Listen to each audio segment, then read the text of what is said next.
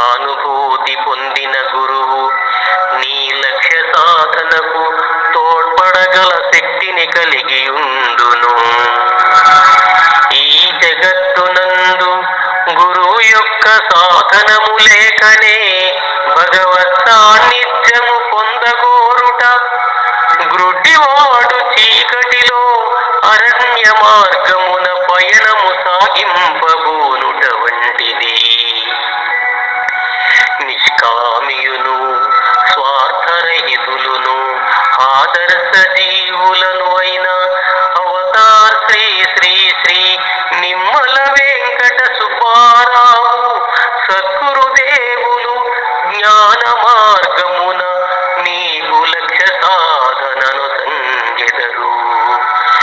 కావున వారికి అత్యంత ప్రీతికరమైన కాళీకృష్ణ భగవన్నామ సంకీర్తనమును సులభ మార్గమున లక్ష్యమును సాధించి పరమాత్ముని చేరుము.